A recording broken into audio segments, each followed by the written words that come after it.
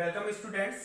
तो हमारे क्वेश्चन चल रहे थे, इसमें लगातार हम क्वेश्चन कर रहे थे, 5-6 क्वेश्चन लगभग हो गए थे हमारे कंप्लीट। इसके बाद और लिखे आगे क्वेश्चन में कोई कमी नहीं छोड़ेंगे, जितना होगा उतना, जितने आए हुए हैं, जितने टाइप के बन सकते हैं उस टाइप के सारे क्वेश्चन आपको करवाए जाएंगे। ठीक है, थ्योरी लगभग कंप्लीट हो गई है। इसकी एक टॉपिक है, उसको मैं मैकेनिक्स के टॉपिक को कराने के बाद कराऊंगा। अभी इसमें क्वेश्चन करें। देखिए नेक्स्ट क्वेश्चन, एक समबाहु त्रिभुज जिसकी प्रत्येक भुजा, एक समबाहु त्रिभुज इस तरह से दिया हुआ है जिसकी प्रत्येक भुजा 10 सेंटीमीटर की है, जिसकी प्रत्येक भुजा 10 सेंटीमीटर की है।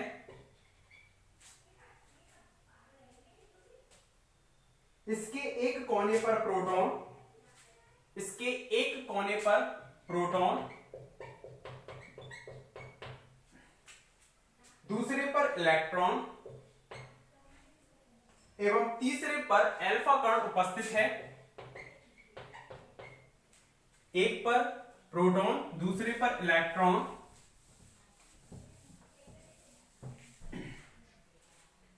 एवं तीसरे कोने पर अल्फा कण उपस्थित है, तब तंत्र की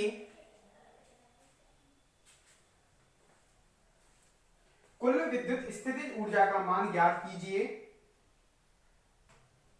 तब तंत्र की कुल विद्युत स्थितिज ऊर्जा का मान ज्ञात कीजिए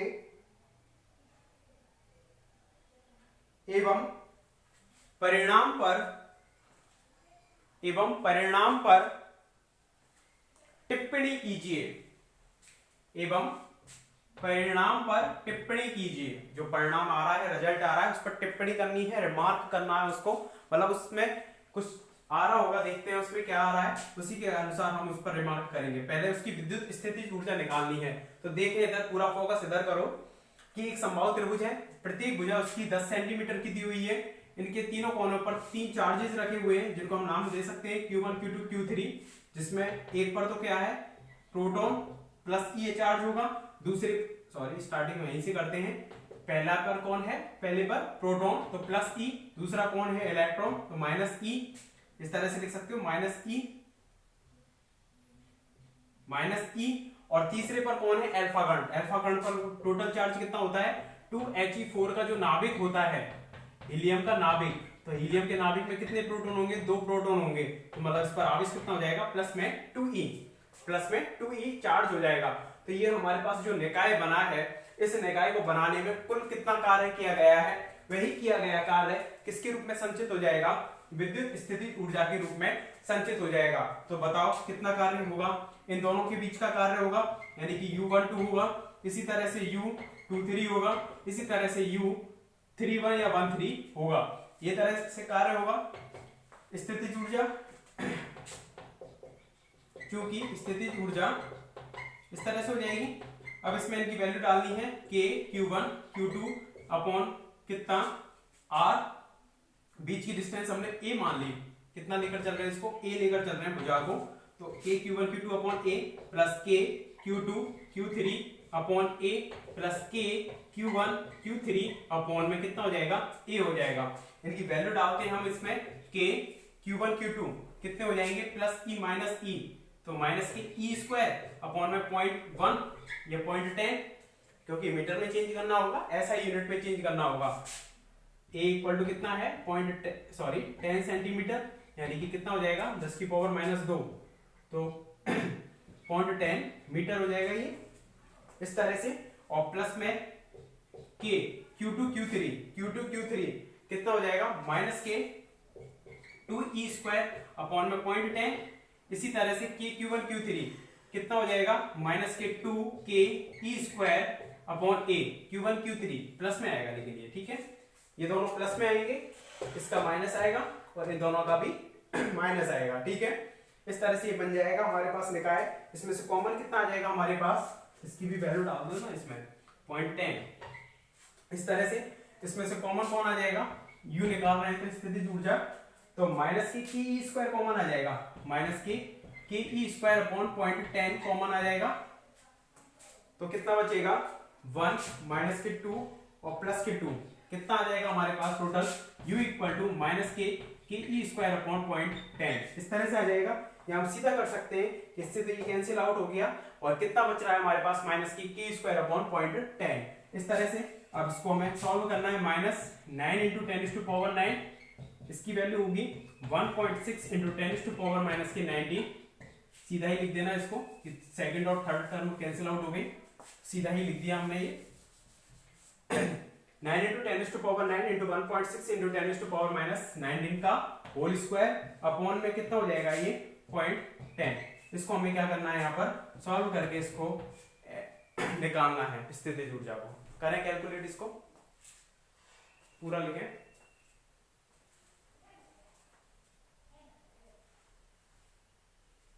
इसका मान जो आ रहा है इसको सॉल्व करने के बाद माइनस की 22.94 इंटू 10⁻⁻28 और मात्रक क्या आएगा इसका जूल, क्योंकि एनर्जी है ये। करें इसको।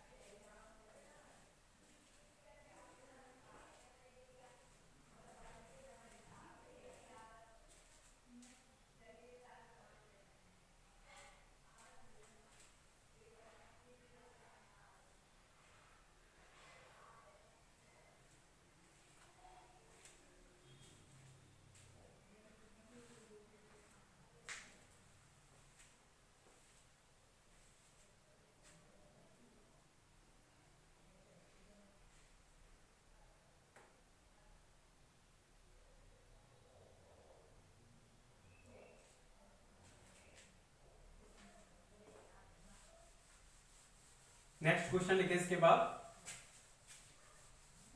जो हीलियम का नाभिक है यहाँ पर ये क्या कहलाएगा, अल्फा कण कहलाता है। इस पर कितना प्रोटॉन होंगे, प्लस 2 प्रोटॉन होने की वजह से प्लस 2e आवेश इसमें इंक्लूड होगा। ठीक है, इस चीज का ध्यान रखें।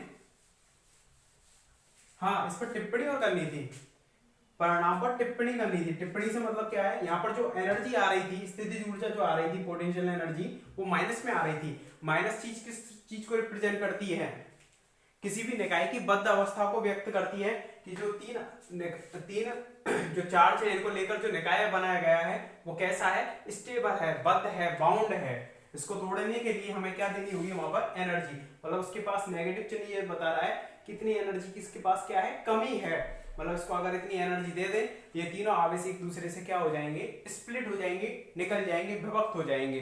तो लिखे इसमें परिणाम पर टिप्पणी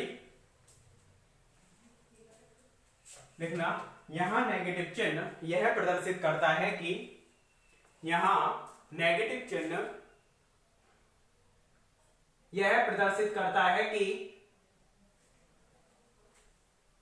कि निकाय बद्ध अवस्था में है, निकाय बद्ध, इस तरह से बद्ध अवस्था में है, ब्रैकेट में लिख देना, बाउंड स्टेट में है। निकाय बद्ध अवस्था में है। ठीक है,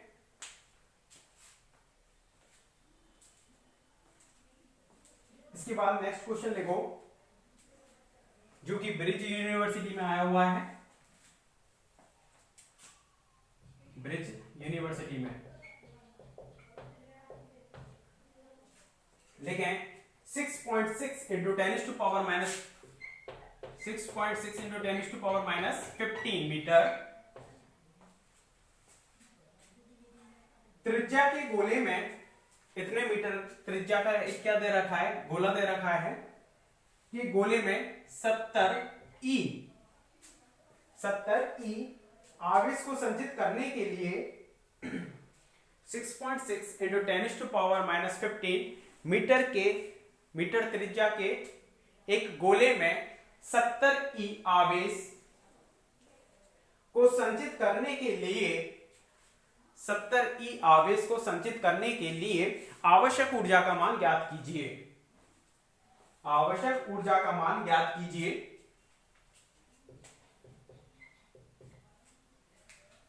तो किस तरह से करेंगे? 70 ई आवेश उसमें संचित कर रहे हैं, एक इतने त्रिज्या का गोला है, उसमें हम थोड़ा थोड़ा लेकर एक इसमें एक इतनी त्रिज्या का गोला है, r इक्वल टू इतना मान लिया हमने, कैपिटल R ले लो इसको, कैपिटल R त्रिज्या का एक गोला है, इसमें हम टोटल कितना चार्ज इंक्लूड कर रहे हैं? 70 ई आवेश। तो किसी भी एक गोला है उसको समावेशित करने के लिए आवश्यक ऊर्जा हमने निकाली थी कितनी? एक, क्योंकि एक अचालक गोले को समावेशित करने के लिए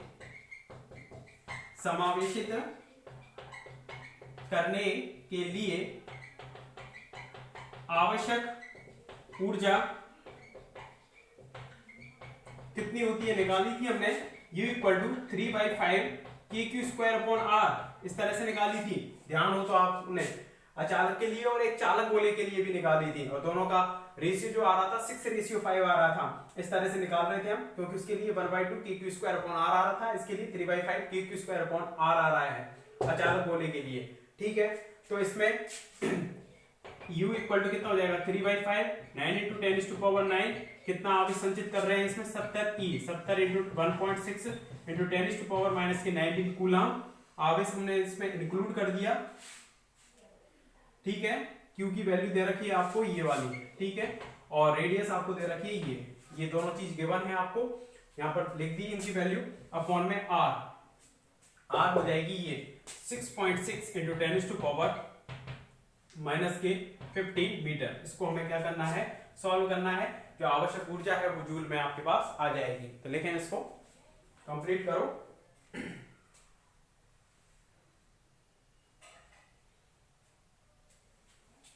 कुछ सॉल्व करके देखना इसको एक बार, इतना मान आ रहा है या नहीं आ रहा है इसका। 10⁻10 जूल।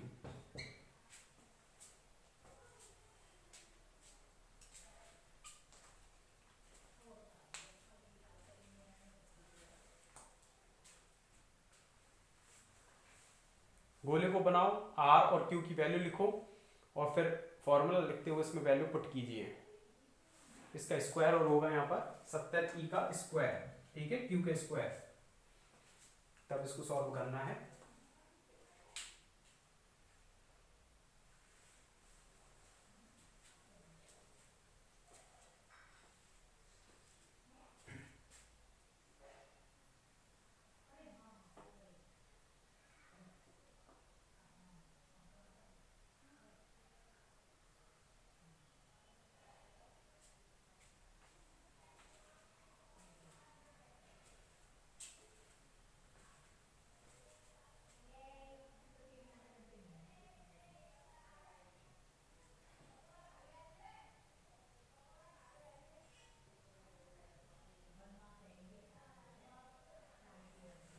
इसके बाद और लिखें आगे क्वेश्चन नेक्स्ट।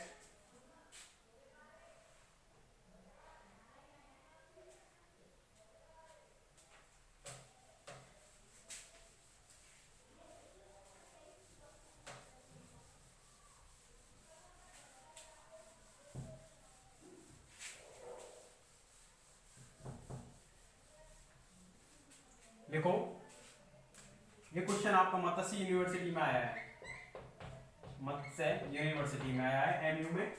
देखें, बिंदु 2, -1, 2 पर, बिंदु 2, -1, 2 पर पृष्ठ x² +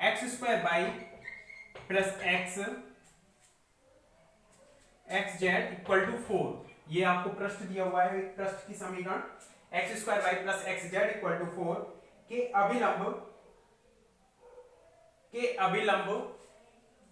एकांक सदिश का मान ज्ञात कीजिए। कोई पृष्ठ है, उस पर लंबवत इकाई सदिश का मान आपको ज्ञात करना है। अभिलंब एकांक सदिश का मान ज्ञात कीजिए। अभिलंब इकाई सदिश का मान या एकांक सदिश का मान ज्ञात कीजिए, ये क्वेश्चन है।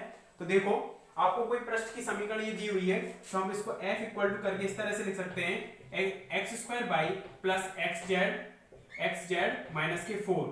ये यूनिट फर्स्ट से क्वेश्चन है, ठीक है, यहाँ पे करा रहा हूँ, ये यूनिट फर्स्ट का क्वेश्चन है। तो यूनिट फर्स्ट में कोई भी आपको पृष्ठ दे रखा है, उस पृष्ठ पर आपको लंबवत सदिश निकालना है, तो हम क्या निकाल देते हैं, ग्रेडियंट f। और ग्रेडियंट f ये तो क्या होगा, लंबवत सदिश, वहां पर लिखवाया था, ये तो क्या होगा, लंबवत सदिश। और लंबवत इकाई सदिश चाहिए हमें, क्या चाहिए, इकाई सदिश। तो ग्रेडियंट f वेक्टर के परिमाण का इसमें क्या दे देते हैं हम, भाग। जैसे कि कोई भी a वेक्टर है, उसमें यदि a वेक्टर में a वेक्टर के परिमाण का हमने क्या दे दिया, भाग दे दिया, तो हमारे पास कौन आ जाता है, इकाई सदिश a कैप आ जाता है। तो f दे रखा है हमारे लिए। तब लंबवत सदिश पहले हम निकालते हैं, लंबवत सदिश वो कितना हो जाएगा, ये हो जाएगा ग्रेडियंट f वेक्टर। तो ग्रेडियंट f वेक्टर हम निकालते हैं, तो वो कितना हो जाएगा, i cap del upon del x plus j cap del upon del y plus k cap del upon del z, और इसकी वैल्यू को रख देंगे X square by plus X Z minus की 4। इस तरह से हो जाएगी ये वैल्यू। अब इसमें हमें i cap del upon del X के सापेक्ष इस पूरे का क्या करना है, हमें अवकलन करना है, आंशिक अवकलन। तो करें इसका, तो कितना होगा, x के सापेक्ष करोगे तो y कांस्टेंट है, एक्स स्क्वायर हो जाएगा 2x, तो 2x बाई प्लस यहाँ पर x के सापेक्ष करोगे तो z कांस्टेंट है, बाहर आ जाएगा, x का कितना हो जाएगा, 1 हो जाएगा। इस तरह से प्लस में j cap del upon del y, इसको निकालोगे तो y के सापेक्ष y का ही होगा, एक्स स्क्वायर आ जाएगा, इसका 1, इसमें y की टर्म नहीं है, इसका 0 हो जाएगा, प्लस k कैप इसका 0, इसका कितना हो जाएगा, z का 1, x बाहर आ जाएगा। इस तरह से ये हमारे पास क्या आ जाएगा, ग्रेडियंट f वेक्टर आ गया। अब हमें कितने पृष्ठ, इस जो भी पृष्ठ दे रखा है आपको, ये इस तरह से ये पृष्ठ दे रखा है, कौन से पॉइंट पर ज्ञात करना था, उसके 2 कोमा माइनस 1 कोमा 2 पर हमें लंबवत सदिश ज्ञात करना था। तो लंबवत सदिश हम पहले ग्रेडियंट जो f वेक्टर है वो हम ज्ञात करते हैं, कौन से पॉइंट पर, 2 कोमा माइनस 1 कोमा 2 पर।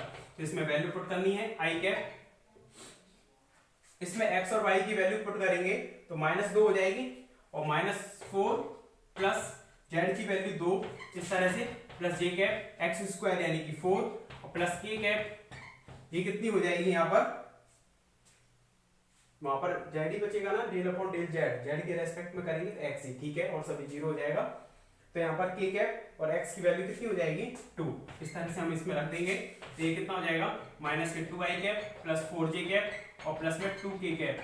तो ये तो क्या आ गया हमारे पास, ग्रेडियंट f वेक्टर आ गया, ग्रेडियंट f वेक्टर। अतः लंबवत इकाई सदिश कितना हो जाएगा, लंबवत इकाई सदिश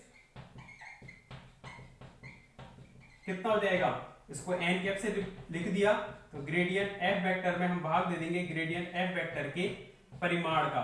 तो ये तो ग्रेडियंट f वेक्टर कितना है, -2y कैप प्लस के 4j कैप और कितना है, प्लस के 2k कैप, प्लस के 2k कैप, ये है। इसमें भाग दे देंगे इसके परिमाण का। तो परिमाण कैसे निकालेंगे, i कैप के गुणांक का स्क्वायर प्लस j कैप के गुणांक का स्क्वायर और प्लस k कैप के गुणांक का स्क्वायर यानी कि 4 का रूट हो जाएगा, इस तरह से।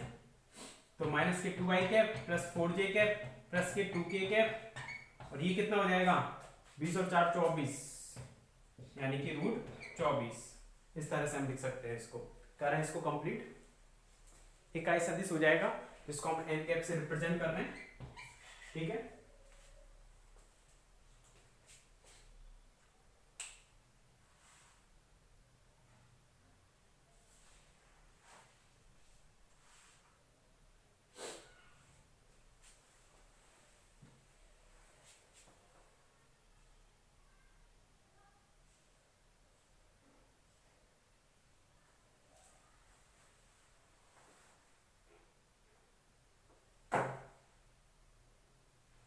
और भी इसको आगे सॉल्व करना चाहो तो कर सकते हो कि रूट 24 को आप कितना लिख सकते हो, 6 चौका 24 करके, तो रूट 6 हो जाएगा और 2 बाहर आ जाएगा और 2 से ऊपर का काट सकते हैं आप उस तरह से भी, और यहाँ पर भी छोड़ना चाहो तो छोड़ सकते हो।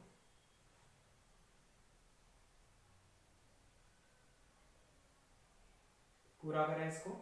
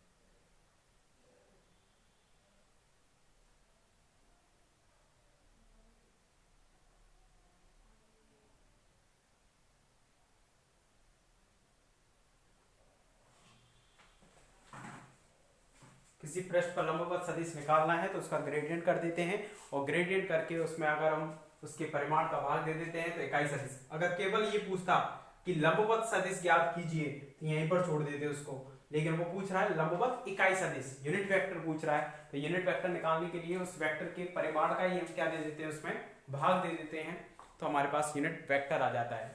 वैसे नॉर्मल है ये चीज भी, क्योंकि हम किसी भी वेक्टर को कैसे लिखते हैं, उस वेक्टर का परिमाण और उसकी दिशा में कोई इकाई सदिश, इस तरह से एन कैप इस तरह से लिखते हैं, उसी से तो आया है ये। ठीक है, यहाँ तक आपकी यूनिट सेकंड है वो कंप्लीट हो गई है। इसमें एक टॉपिक रह गया है, उसको बाद में कराऊंगा मैं, और उसके बाद हम नेक्स्ट लेक्चर से चालू करेंगे, स्टार्ट करेंगे थर्ड यूनिट को। ठीक है, तो थर्ड यूनिट है हमारी किसी पदार्थ में विद्युत क्षेत्र। अभी तक तो हम बात कर रहे थे किसी निर्वात के लिए बात, निर्वात में विद्युत क्षेत्र क्या होगा उस पर बात कर रहे थे, और उस पर हमने स्थिर आवेश की वजह से विभव विद्युत क्षेत्र ये चीजें द्विध्रुव आघूर्ण के बारे में पढ़ा था। अब हम देखेंगे कि कोई भी पदार्थ है उसके अंतर्गत कुछ माध्यम है, पदार्थ है, उसके अंतर्गत हम इलेक्ट्रिक फील्ड की वैल्यू है वो फाइंड आउट करेंगे। वो करेंगे हम यूनिट थर्ड के अंदर, और वो करेंगे हम नेक्स्ट लेक्चर से। Okay, thank you.